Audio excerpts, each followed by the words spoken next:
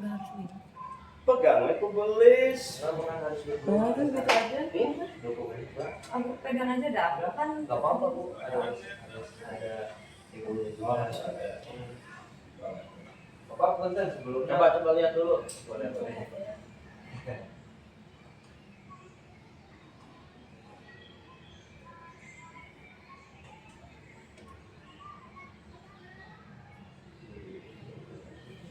Ya.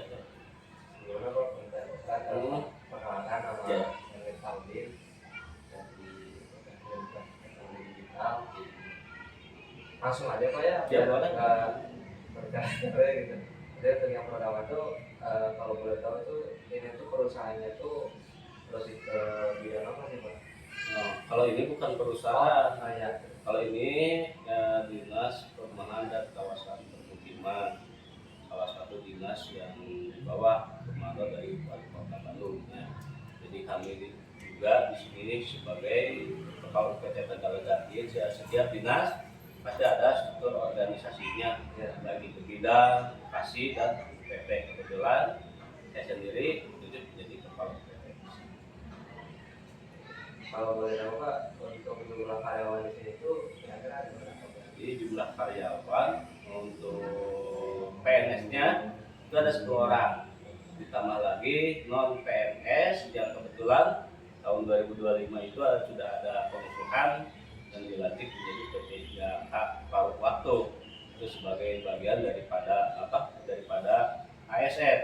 Jadi ASN itu terdiri dari PNS dan P3K gitu. Untuk PNS berjumlah 10 orang, untuk P3K-nya 73 orang. Kemudian ya ada yang bertugasnya di kantor dan ada yang bertugas di lapangan.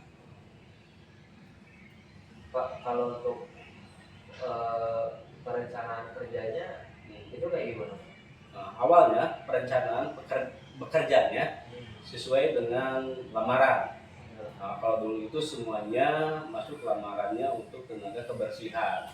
Karena sekarang menyesuaikan sesuai dengan aturan yang ada, jadi seluruh ASN wajib mengetahui baik itu tugas yang di lapangan dan tugas di kantor. Jadi kami memang sekarang itu sudah memilah-milah mana saja orang-orang yang bisa dipakai untuk di kantor dan mana saja yang harus tetap di lapangan. Jadi memang ya dari awal memang sudah ada perencanaan. Dan ini kan luasnya 19 hektar. Jadi untuk perencanaan ini kami diplottingkan ke dalam grup. Gitu. Misalkan di sini ada grup ya blok Taichi, blok Lino, itu semuanya sudah direncanakan dengan matang. Untuk ininya Pak, pelaksanaan dan pengawasannya itu dilakukannya seperti apa? Untuk pengawasan memang di sini sebagai struktur organisasi ada kepala UPT, turunannya kepada Korlap atau pengelola sarana dan prasarana. Artinya kami sudah menugaskan kepada Korlap atau pengurus sarana dan prasarana untuk melakukan pengawasan, baik itu pengawasan secara preventif maupun reprensif. Ya, artinya pengawasan ini memang sudah menjadi bagian dari jadwal kami. Misalkan pengawasannya bekerja itu pagi hari jam berapa, istirahat atau rehat jam berapa, dan istirahat penuh jam berapa. Nah, semuanya karyawan tidak diperbolehkan untuk meninggalkan lokasi kecuali memang ada kepentingan yang diperbolehkan. Untuk jam kerja itu dia di jam kerjanya mulainya emang jam 7:30. Sekarang sudah ASN. Kalau dulu masih honorer atau JTA itu bekerja jam 8. Nah, sekarang mengikuti aturan-aturan yang berlaku bahwa bekerja mulai jam 7:30, istirahat rehat itu jam 10. Jadi kami juga memberikan rehat itu artinya untuk pegawai-pegawai misalkan yang belum sarapan atau yang belum gitu ya, untuk beristirahat sejenak, dan nanti istirahat penuhnya di jam 12 atau jam 1. Dan terakhir nanti pulang jam 4 absensi. setiap ada karyawan pasti ada yang namanya evaluasi wajib gitu ya. Nah kalau untuk evaluasinya tuh dilakukannya seperti apa? Jadi memang untuk evaluasi terhadap pegawai itu dilakukan atas kinerja. Apabila memang seseorang disipliner terhadap kerja sehingga tidak optimal kaitannya dengan kinerjanya, kami melakukan evaluasi juga. Apakah evaluasi itu nanti akan dikenakan rolling tugas ya, dalam arti nanti ada penugasan pindah blok atau pindah lokasi supaya kami juga bisa mengawasi secara optimal terhadap karyawan atau pegawai yang memang melakukan disipliner. Jadi itu sebagai dasar dari evaluasi kerja. Pak, kalau boleh tahu nih, kalau di ini kan dari pihak pemerintahan. Kalau di perusahaan kan pasti ada yang namanya sistem reward dan punishment. Nah kalau di sini tuh ada nggak Pak? Ya, kayak gitu. Kalau sistem reward itu sebetulnya sudah tidak ada. Karena semuanya sudah standarisasi bahwa pegawai harus bekerja seperti itu. Loyalitas, integritas, dan kedisiplinan.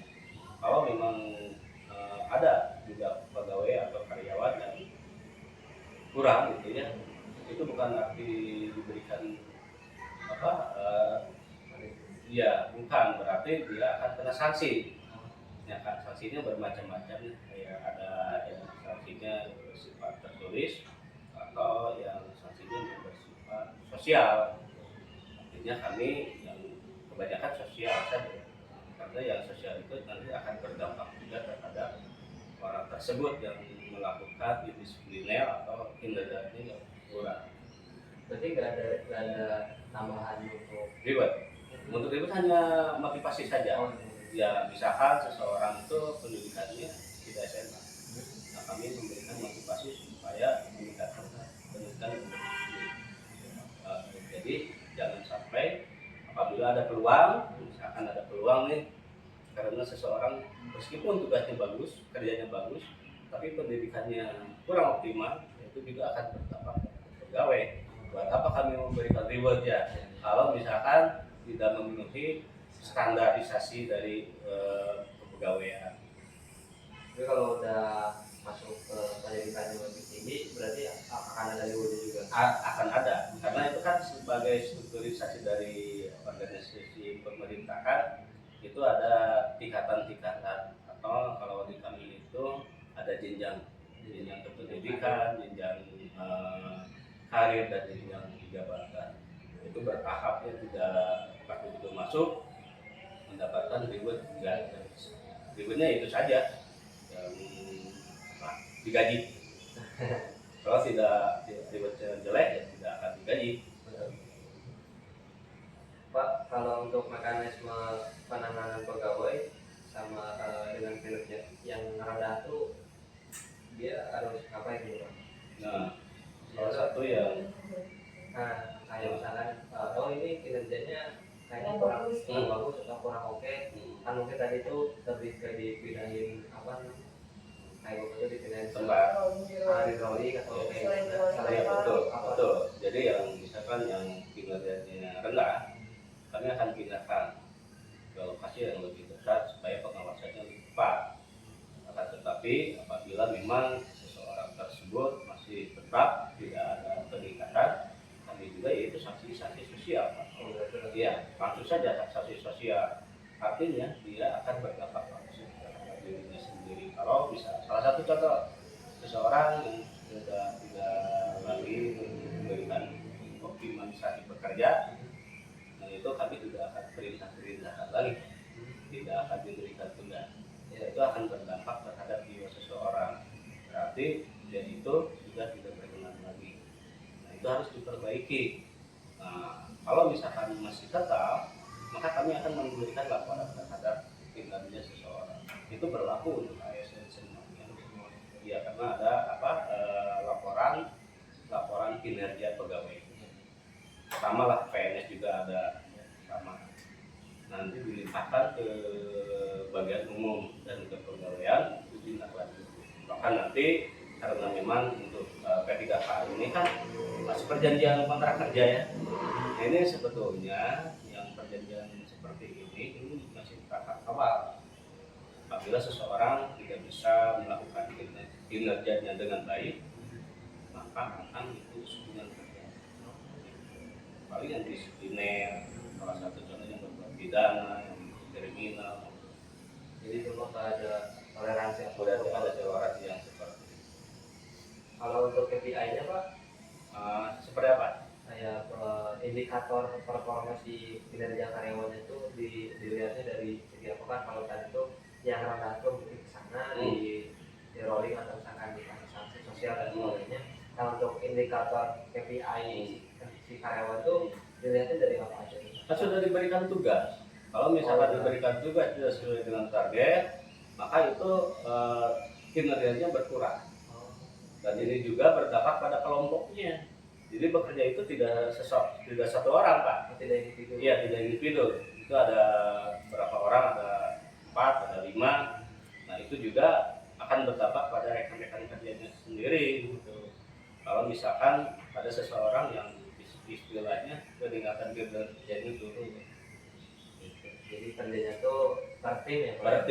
Per tim. Misalkan kami akan menilai untuk satu tim ini efektif enggak dalam bekerjanya.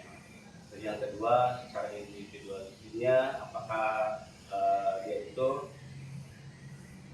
giat atau enggak. Kan banyaknya nyara rumput lah gitu ya, kalau sudah bekerja nanti sudah selesai bisa tampil dan seperti itu akan kelihatan. Kalau untuk pengunjungnya itu sendiri Pak, kira-kira ada berapa banyak kalau dari segi per bulannya? Untuk pengunjung seluruh rata-rata pengunjung di sini 407 per hari, kecuali di hari Sabtu dan hari Minggu. Ini lebih dari 7.000 orang yang berkunjung. Kurang lebih 7.000 per Iya, kalau Sabtu dan Minggu. Iya, Sabtu dan Minggu itu lebih dari 7.000. Tapi kalau hari-hari biasa kurang lebih 400.000 orang. Karena untuk pengunjung sini sebetulnya bukan hanya warga sekitar, karena ini sudah lumayan terkenal yang namanya Tegalega itu sudah bagian dari tempat yang biasa dikunjungi oleh wisatawan. Pak, namanya pengunjung mungkin ya masih ada yang namanya keluhan.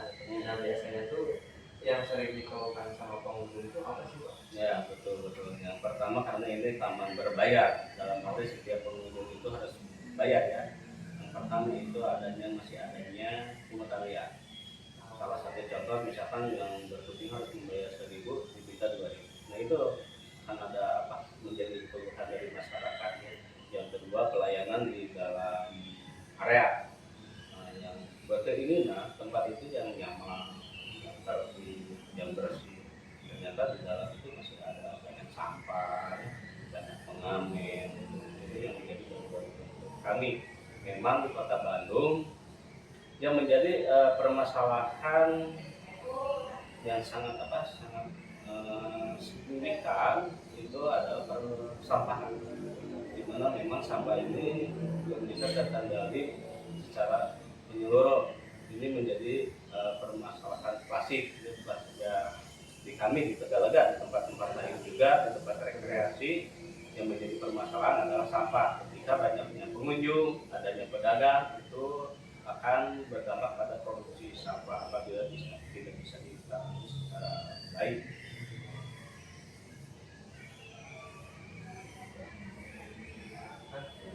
Ini yang terakhir, kalau ada keluhan juga kan mungkin contoh saya pribadi pengunjung dan itu punya keluhan tentang ini, itu harus ngeluhnya itu ke siapa dan